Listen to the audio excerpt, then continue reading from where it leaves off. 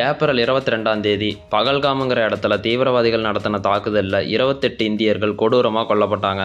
அந்த தாக்குதலில் 25 பெண்களோட கண்ணு முன்னாடியே அவங்க கணவர்களை தீவிரவாதிகள் சுட்டு கொன்னதால மே 7, அதாவது இன்னைக்கு விடிய காலையிலேயே ஆபரேஷன் சிந்தூர்னு பிளான் பண்ணி பயங்கரவாதிகளோட முகாம் இருக்க 9 இடத்த இந்திய ராணுவத்தோட முப்படையும் சேர்ந்து துல்லியமாக தாக்கியிருக்காங்க. இந்த தாக்குதல் நடத்துறதுக்கு கொஞ்ச நேரம் முன்னாடியே இந்திய ராணுவம் அவங்களோட எக்ஸ் வலைதள பக்கத்தில் ஒரு வீடியோவை வார்னிங்காக பதிவு செஞ்சாங்க.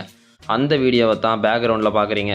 இந்த தாக்குதலில் பகவல்பூருங்கிற இடத்துல இருக்க ஜெய்ஷ்-இ முகமதுங்கிற முக்கிய தீவிரவாத அமைப்போட கூடாரத்தையும் லெஸ்கிரி தொய்பாங்கிற தீவிரவாதியோட ஹெட் குவார்ட்டர்ஸையும் சேர்த்து மொத்தம் 9 இடத்த ரஃபேல் போர் விமானம் மூலமாகவும் பிரான்ஸ் நாட்டிலிருந்து வாங்கின ஸ்கால்ப் மிசைல் மூலமாகவும் பாகிஸ்தானோட எல்லைக்குள்ளே போகாமலேயே தாக்கி சரியான பதிலடியை கொடுத்தாங்க இந்திய ராணுவம்.